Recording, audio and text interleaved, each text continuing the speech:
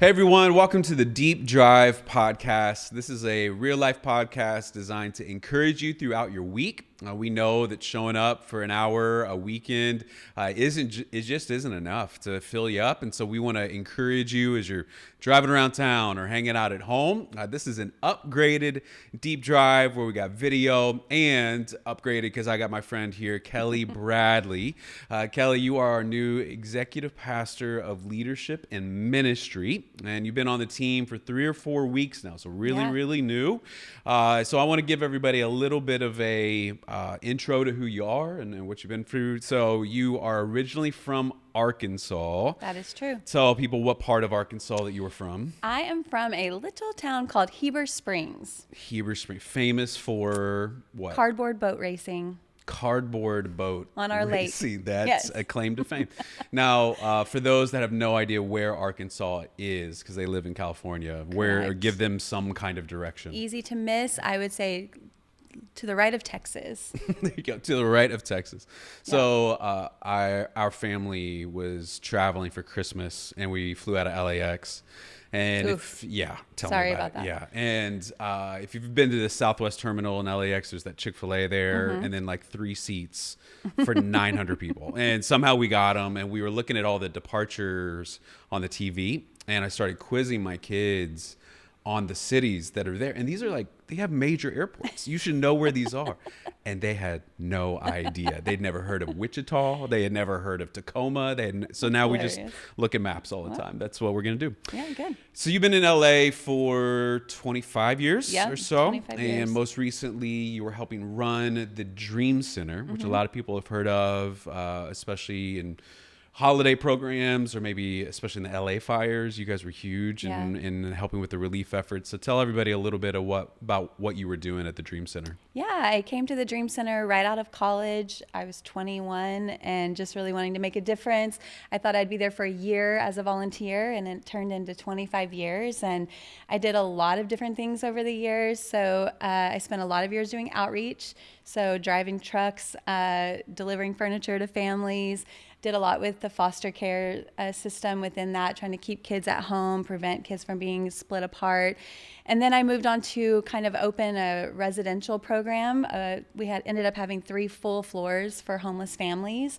So I ran that and learned a lot through that. And then I was on the executive team at the Dream Center, so I ended up kind of being the director of programs, so I oversaw all of the different residential and outreach programs that happened there.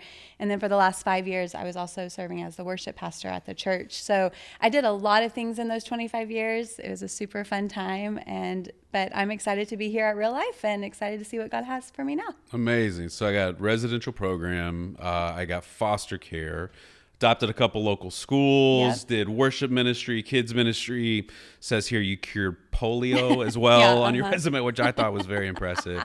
Man, we're so glad to have you. And tell us a little bit about what has stood out the most about the people of Real Life in your first couple weeks. Yeah, I think the thing that has always stood out the most since I've been coming here has been the hunger of the people, the excitement of the people, the willingness. It just seems like everyone is really ready and excited to kind of go all into whatever it is that God has for them.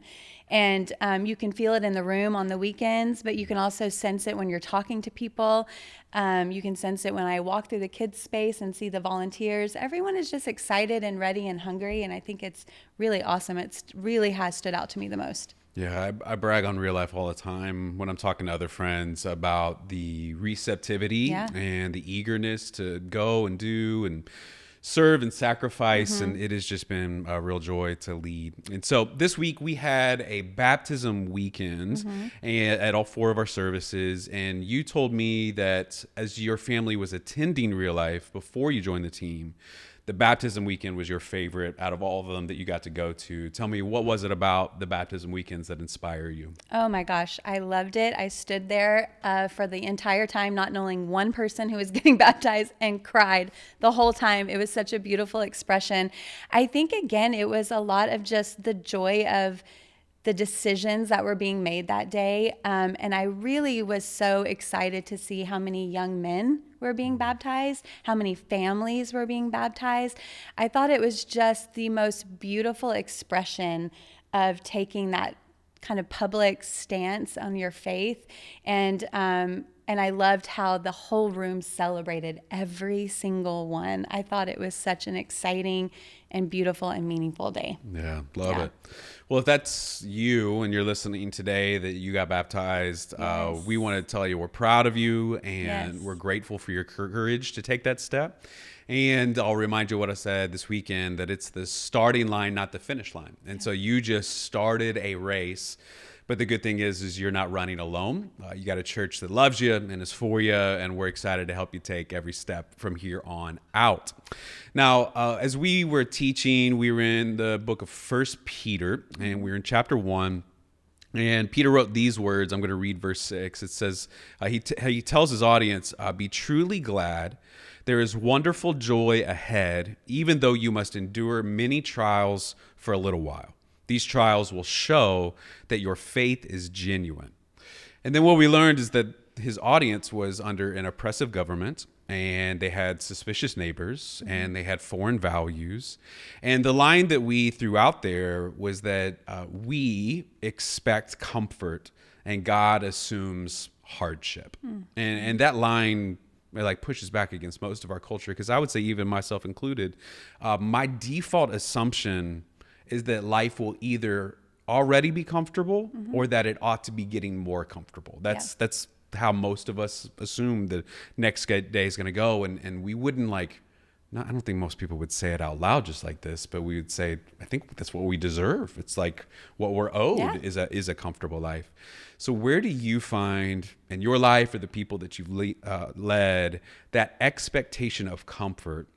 How does that shape our expectations of God the most, but even relationships and finances and our faith? How have you seen, when I think life is supposed to be comfortable, how does that change the way I see God? Yeah, I think what I've really seen in my own life when I was younger, especially, and even in those that I've led, I think when people are really seeking comfort, it makes them feel a lot more disappointment in God when life starts being life, because life is full of ups and downs and lefts and rights and a lot of trouble, a lot of hardship. That's kind of, once you walk with Jesus for any length of time, you start to really realize that he says that a lot, And so I think when we're seeking comfort, and in times of my life and seasons of my life where I've sought comfort, I've had to kind of struggle through and work through being disappointed by God, even though he has never disappointed, because he's still being true to who he's always said he was. It's like a lot of us are holding him accountable for a promise that he never made. Exactly. And somewhere along the way, we came to the conclusion that he told us this was going to get easier if we did all the right things, or if we followed Jesus. And you look through the Bible and it's just not there, but we're holding him accountable for that. And so the disappointment comes from some unmet expectation that he never established himself. Exactly. We had our group over last night. Trudy and I host a group in our home, and because I'm such an encourager, I was just kind of processing out loud that I often live my life as if my hardest day is behind me. Yeah. I don't ever think about the future as if I bet it's going to get harder from here on out. But I'm 42, and the math says my hardest day is actually probably ahead of me, not behind me. Actually, the easier years, they were when I was young, and now as I'm headed into with kids growing up and them making their own decisions, or who knows how physical health is going to play out. For me to presume that life is only going to get easier from here on out is just naive. And so, but if I look at the future like that, then I just never see the hardship coming. I'm always surprised. And I think that that's some of it. But how do we look at the future realistically, thinking my hardest day may be ahead of me, but then not allow that to lock me up in fear? How do I have a realistic view of life without becoming cynical or fearful or scared or blaming God? How do you navigate? Yeah, hard things are probably coming, but I'm also not going to lose my joy in life.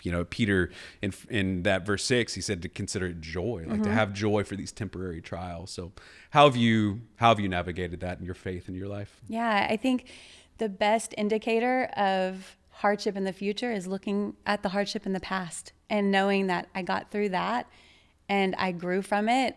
I was challenged, I matured, I was able to get through it somehow, and I'm standing here today with breath in my lungs and joy in my heart. And so whenever I face that next hardship, which will come at some point, then I have that assurance because I've lived through it. I know that I've gone through it. And even if you're new in your faith, you can look back on your life even before Jesus and know that, man, I got through some hard stuff and I'm still here and I'm still kicking and I'm still getting up every day and I'm still doing the things that I'm supposed to be doing. And I will continue to be able to face those hardships. And now that I'm walking with Jesus, it makes it even a little bit easier to know because you know who he is and you know what he's done. You know his faithfulness, his goodness.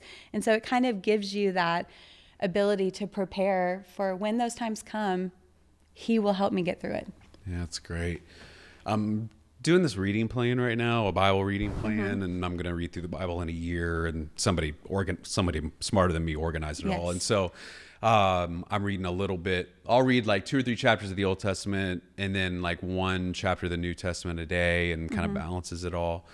But because it's the beginning of the year, I've been in Genesis and Exodus. And one pattern that I've noticed of the life of like Abraham and Isaac and Jacob is that when they would go through these really hard moments or these poignant moments in their life where God brought them through something, they would set up like an altar, or they would set up a physical representation of God brought me through this moment. He provided for me in a way that I didn't see coming. He helped me overcome a problem that I didn't think I could ever do on my own. And then they would name it, and it would literally be like named, God brought me through this thing. And I thought there was something there. Like I probably don't have room at my house to put a bunch of rocks everywhere, but like having those moments in my life where there are reminders of what God has done so that I can have confidence in what he's doing next. Yeah. And one thing that both of us share is we're parenting teenagers at the moment, which if you ever get a chance to, go for it. It's just so easy. It's super simple. Trip. And one parenting moment that I had last night even is that my oldest daughter was coming in, and she needed to process the events of the last week of what she was in a class, and they even watched the video that many of us have seen on the streets of Minneapolis. And it was fascinating as I was sitting there trying to parent her, of not giving her like real simple answers to why the world is hard or why life is hard, but trying to ask her questions as to what she was processing. And what she was trying to figure out in her 16-year-old way was, is this the way it's always going to be? Is it always going to be this scary? Is it always going to be this hard? Am I always going to see videos like this on a weekly basis? And then she literally asked the question, like, what am I supposed to do as a 16-year-old? Like, how do I positively affect the world? How do I positively help people that are in that situation? And she started veering into the, like, how do I not get cynical and fearful about all of it? So as you've even parented kids that are processing world events in ways that you and I didn't when we were their age, I didn't have a phone showing me all this. How have you helped them have a realistic view of like, yes, this is what sin did to the world. Yes, all of us are selfish.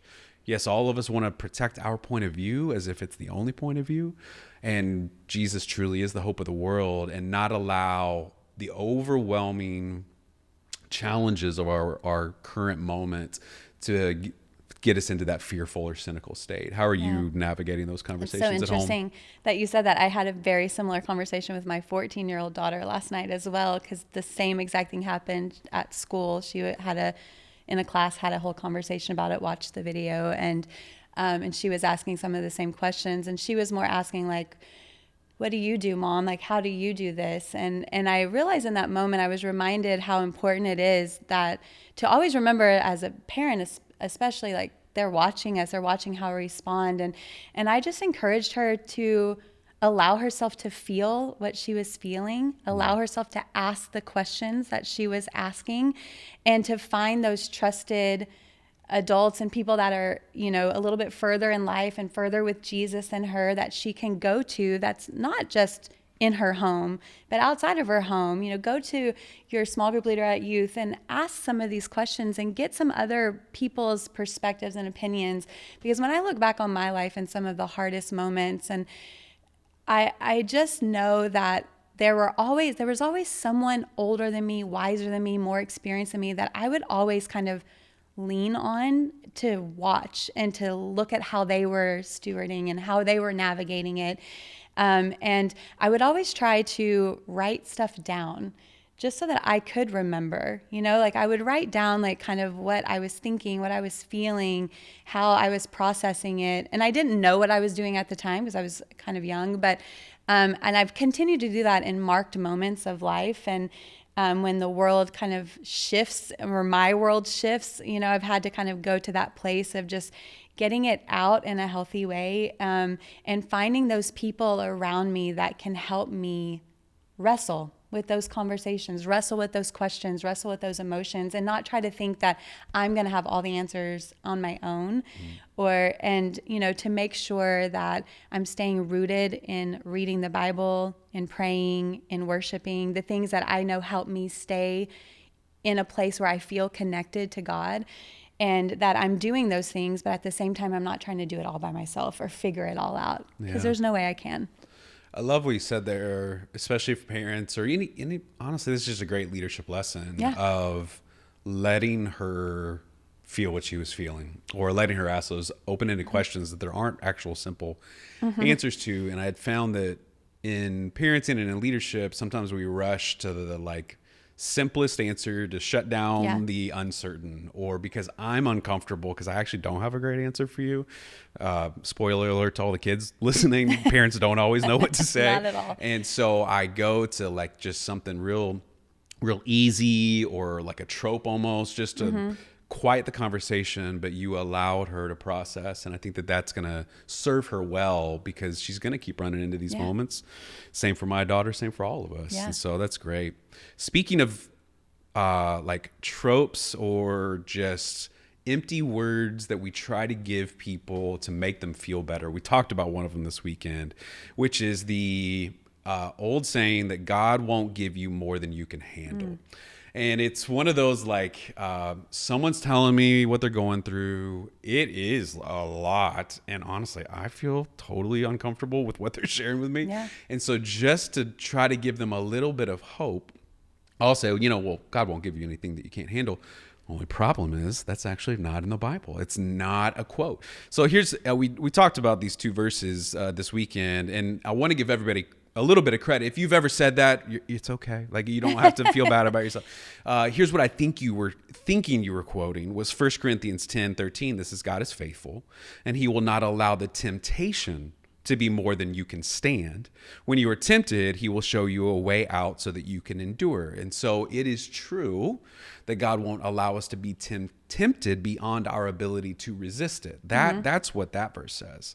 But then in a different letter, same audience, the Apostle Paul describes his experience, and he says, we were crushed and overwhelmed beyond our ability to endure, and we thought we would never live through it.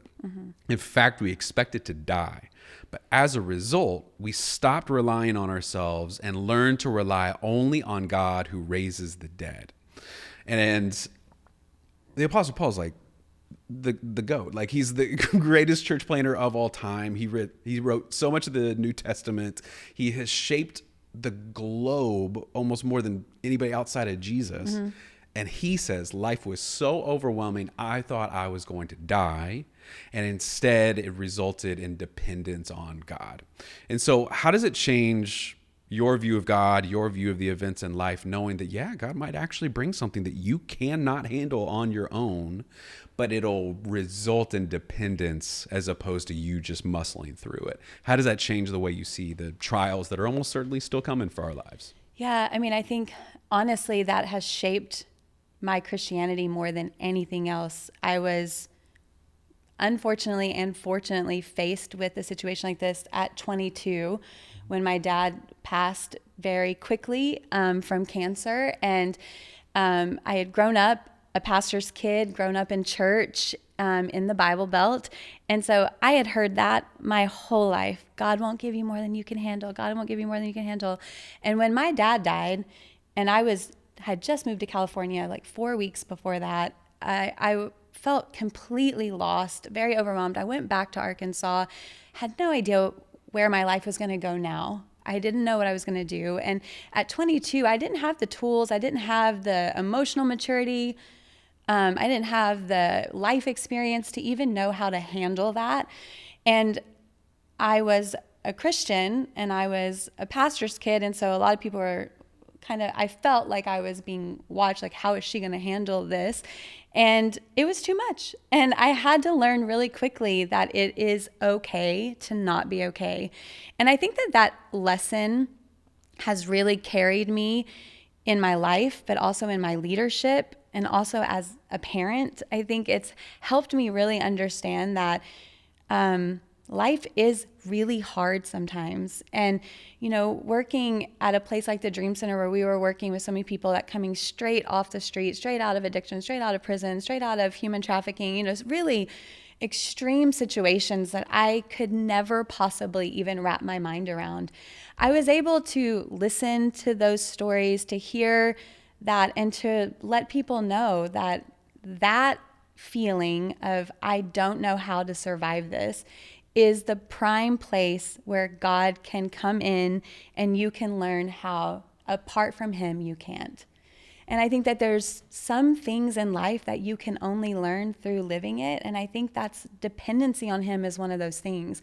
Because if everything was easy and good all the time, we wouldn't need it. We wouldn't need him as much as we do. But because life is full of that, it does require us to have that recognition and have that maturity to say, I don't know how I'm going to do this, but I know God can help me and will be with me in it. And therefore, my whole faith life has shifted. My whole way of looking at him has shifted. It's not about what I can do, but it's about what he can do in me and through me. Yeah, that's great. So one of the things that we talked about this weekend is that the way we respond to trials reveals the authenticity of our faith.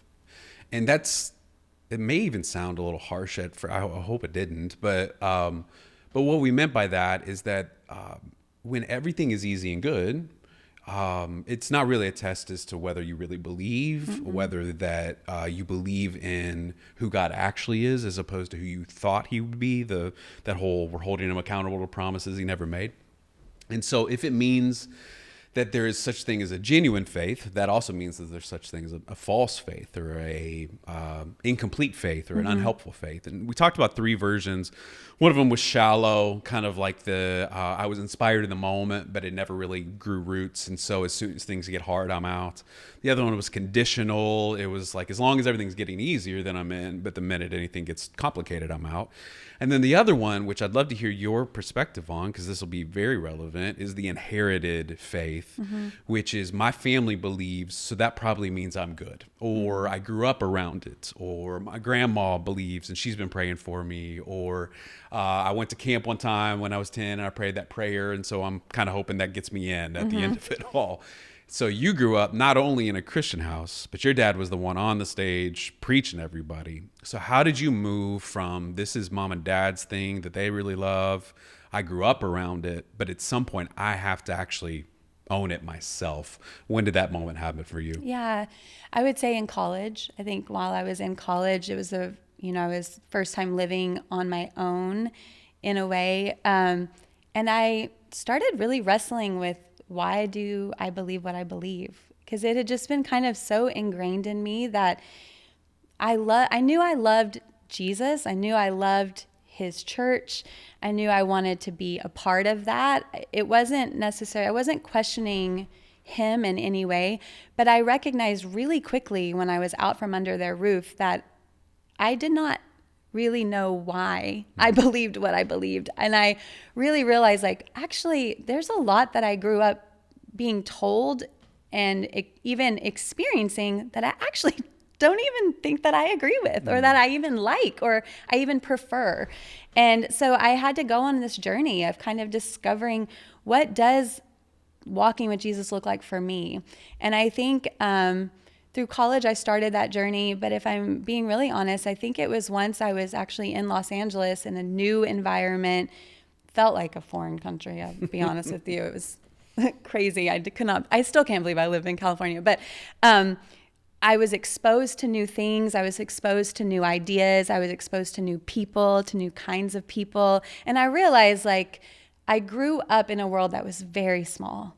And I wasn't really thinking outside of that little box that I had been raised in, and coming into a city that was really big and being exposed to so many different types of people that I had never been exposed to before, not even in college, I was able to start asking more questions, having more conversations, and opening my mind a little bit, that my little slice of theology may not have been all of it or the only one.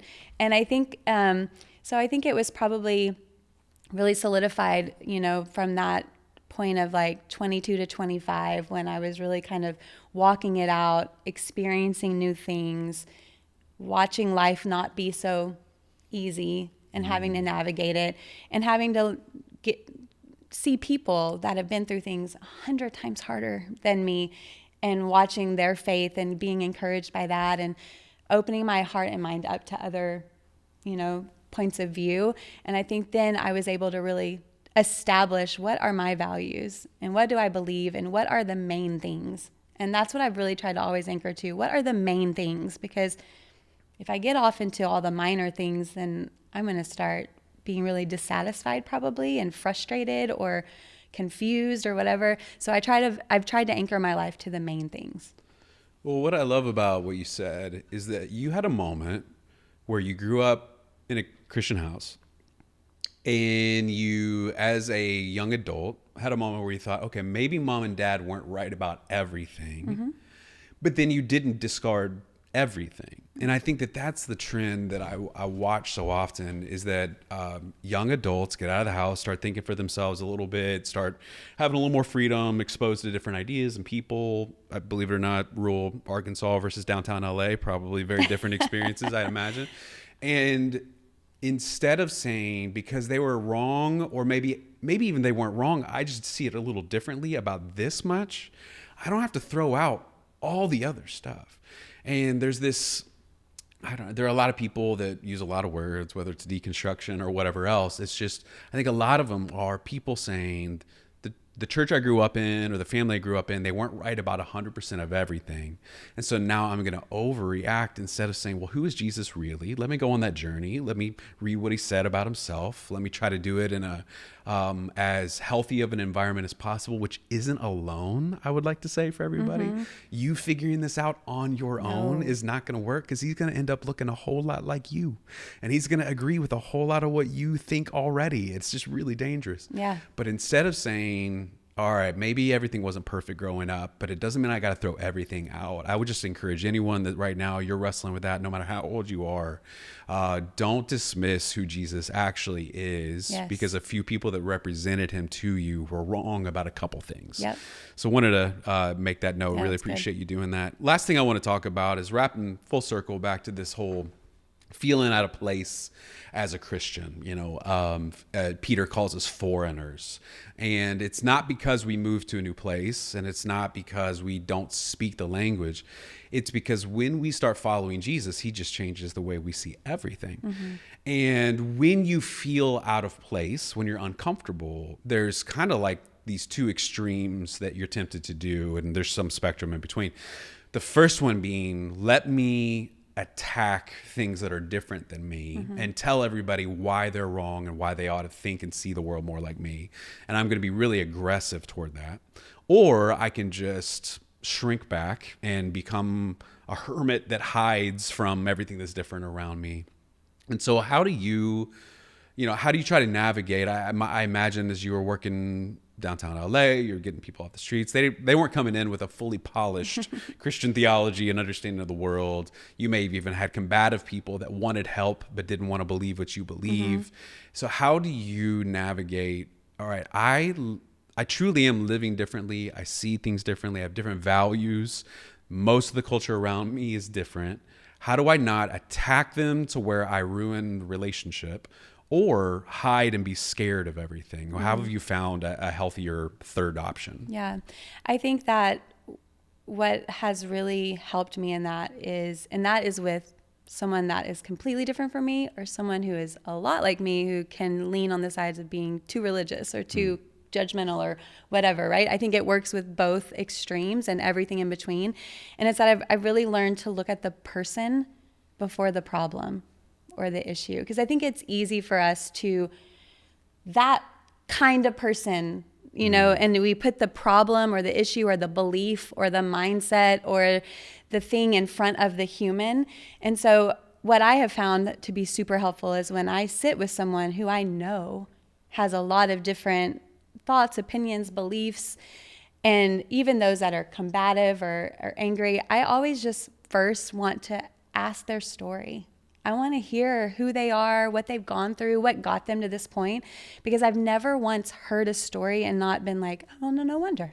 It makes sense. If I had gone through that, if I had lived like that, if I had been exposed to that, I would probably be feeling or thinking the same way.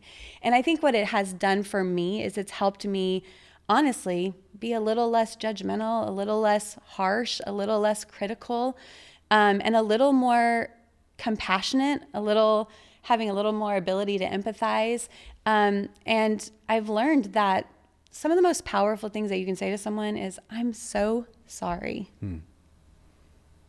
No explanation needed, no description needed, or, you know what, that's a really great question and I'm actually not sure. So let's kind of dig into this together and see if we can discover an answer. Or let's go to someone that's smarter than me, instead of trying to always think that I'm going to have the adequate information to give to someone that will change their mind or lead them to Christ. It's really about seeing the person first. And that has been what has probably served me best in my adult walk with Jesus. Yeah. The verse I always run back to is Matthew 9:36, and it's talking about Jesus, and he says when he saw the crowds, he had compassion on them because they were confused and helpless, Yes. like sheep without a shepherd. And I always want to keep that same heart toward anybody that is mildly to aggressively disagreeing with me on who God is, or why Christianity is the best way to live because it's the one Jesus gave us, is instead of seeing them as combatants, it's having compassion on them as sheep without a shepherd, and reminding myself that I just happen to be the sheep with a shepherd. I'm not the shepherd. I'm not the one that had it figured out. I'm not the one that knew better. I'm not the one that finally got my act together. I'm just as much a sheep, but I have a really good shepherd who is loving, and he makes me lie down in green pastures, and he puts me by running water, and he takes care of everything that I need. And so if I think that I'm the one that's got everything lined up, I got the answers, if you would just be more like me, then there was a quote that I ran past, and I'm going to apologize to whoever said it. It's not mine, but it's going to be really hard to reach someone with the love of Jesus if you hate them. Yes. You're just not going to be able to do it. And there's a division that is promoted because it's lucrative and profitable for certain kinds of people. And it has inflamed us against sheep without a shepherd. It's who they are. And so it doesn't mean that we don't speak truth. It doesn't mean that we don't point to who Jesus is, but also having a compassion that Jesus modeled himself. Yeah. And so, Kelly, thank you so much for sitting down and hanging out. This is super fun, and excited to do this more and more as the weeks to come.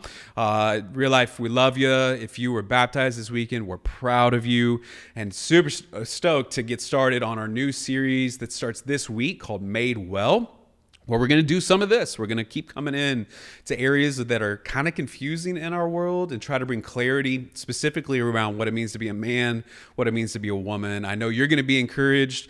If you are a parent like me and Kelly, I'd really encourage you to bring your student, bring your kid, like junior high and older.